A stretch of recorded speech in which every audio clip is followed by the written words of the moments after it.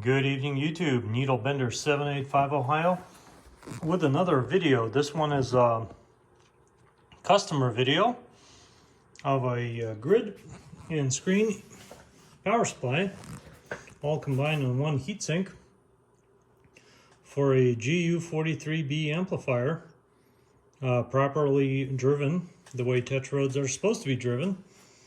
And let me give you a little bit of a backstory. This is a viewer of my channel that wants to build his own amplifier and contacted me and wants just a power supply for his grid and screen, which is actually two separate power supplies. So you got the screen power supply right here, is a red board that faces upward. You have two separate rectifiers. You have actually two capacitor banks. This is one capacitor bank for the higher voltage, and this single capacitor here is one capacitor for the lower voltage. They're both shunt regulators. This is a low voltage shunt regulator. This is a high voltage shunt regulator. You get to about, I would say about 100 volts, and you can't use these just because the transistor is not an IGBT. It's a Darlington pair.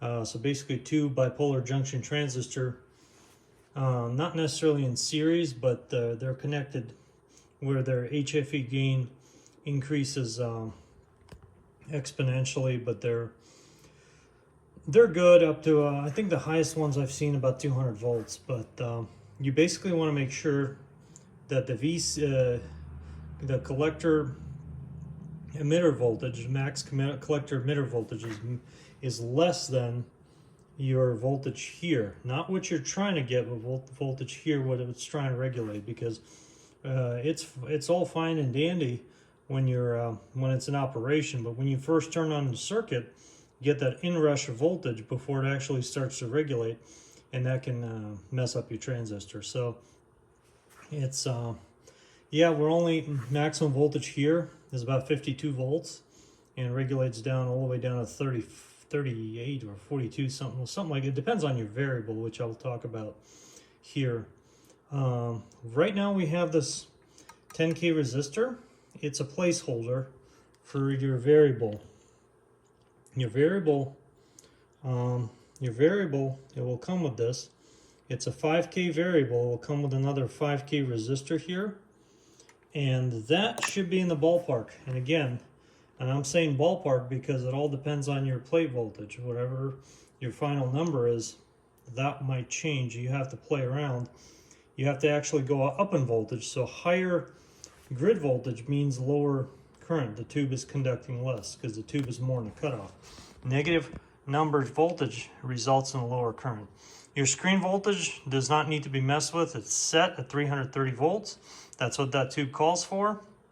That's what I run all my Gu43Bs at, and I've been making quite a few of them. So those are that's a good voltage, and we got it locked in.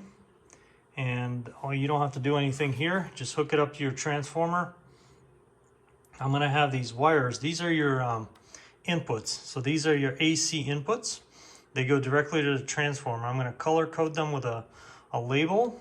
You just attach them to the proper, there's no polarity on this. It's AC, so it doesn't matter. On these, you're going to have a wire that's labeled screen. That goes directly to your screen, or if you choose, and the other one is goes to your grid. Now, the one that goes to the grid, if you choose to have a grid meter, you can put a grid meter in line. I recommend 0 to 50 milliamps. They have them on eBay.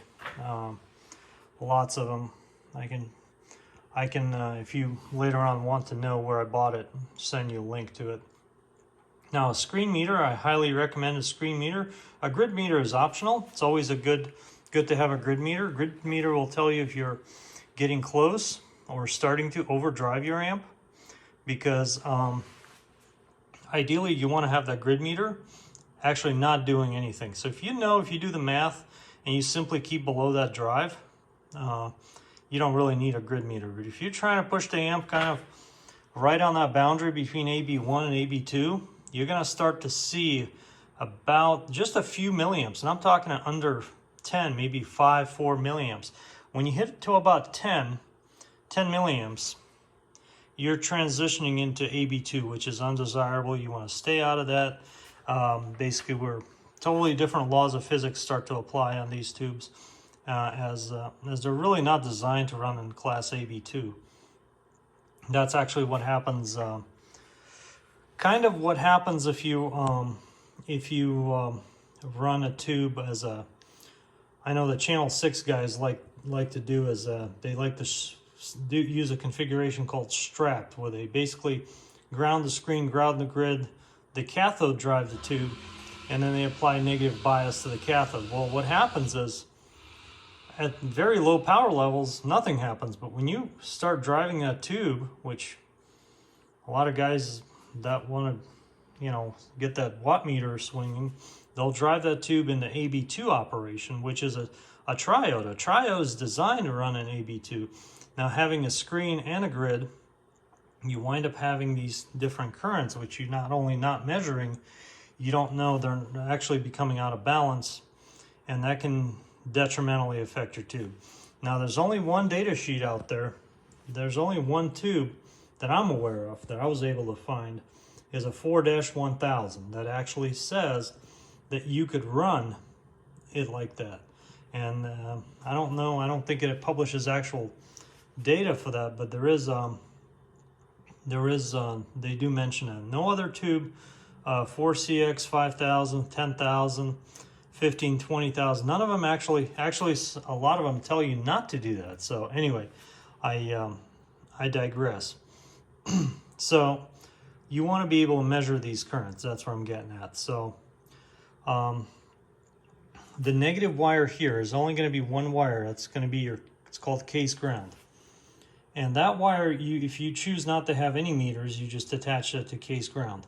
Now, if you choose to have a screen meter, which I highly recommend, you take that to the negative input of the screen meter, and the positive leg of the screen meter you attach to ground, to case ground.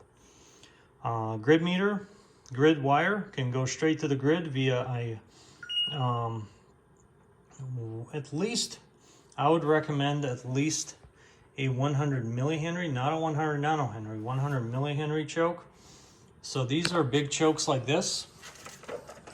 That's what I recommend, because we're dealing with very low drive and you don't want any impedance to your signal. So if you find an old SB220 choke, the ones that you pull out when you ground your grids, that will do. This is a big heavy duty choke, kind of a lot. This is like 500 millihenries, something like this, and then that goes to your grid, and then you use a 103 capacitor or a 104 high voltage capacitor to feed your signal.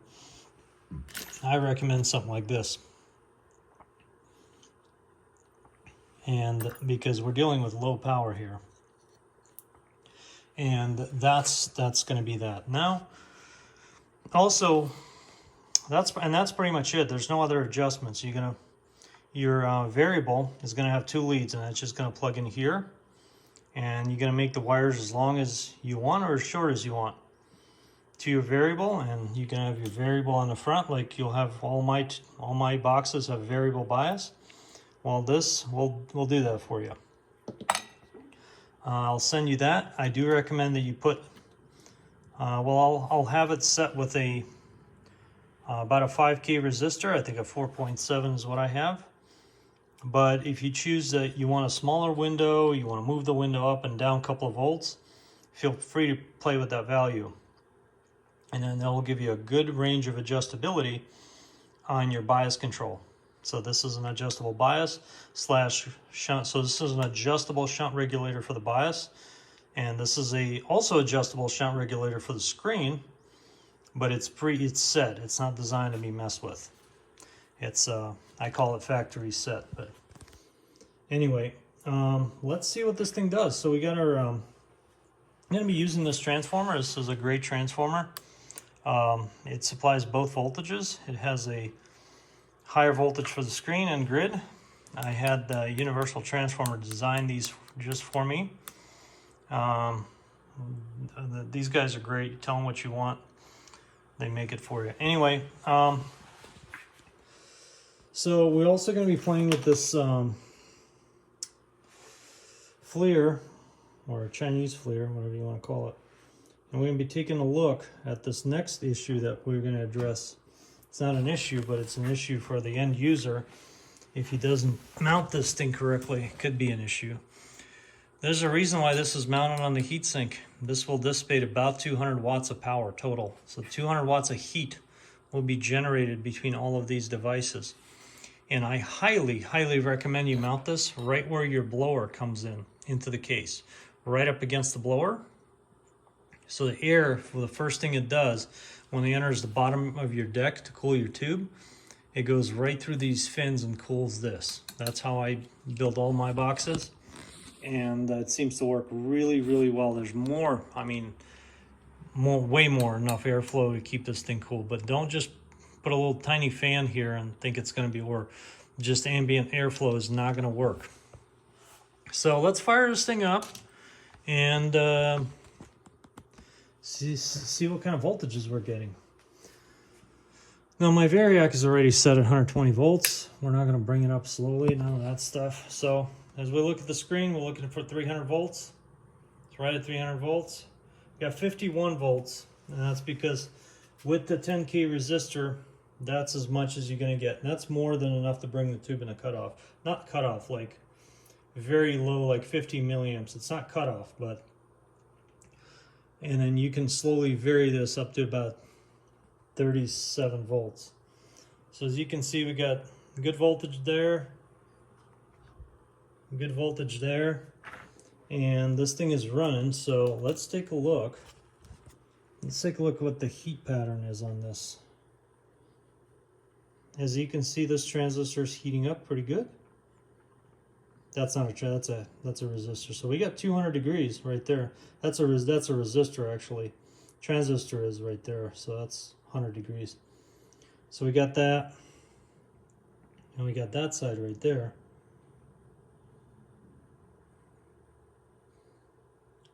So as you can see, this area right here is pretty warm, and it's dissipating the heat fairly well. These are really, really high temperature resistors, and they're well within operational limits there. But obviously we're not having, I'm specifically doing this demonstration to show you that this is with no airflow.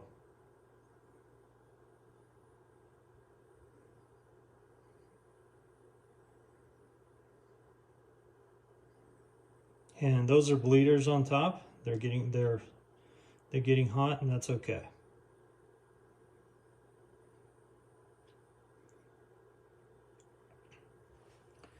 Anyway, we're going to take this power off, and as you can see, the voltage is going to start coming down. It takes a while. These devices should be treated as high voltage. I mean, one might think that they're not. They are. There's about 500 volts, about 450 almost. Oh, I would say just under 500 volts before the shunt regulation takes place, and there's 330 volts on the output. So I would let this thing sit. Well, unless you have meters hooked up like I do. Right now we're already at below 80 volts, so a couple of minutes and this thing discharges down to 0. Anyway, this thing is all ready to go, and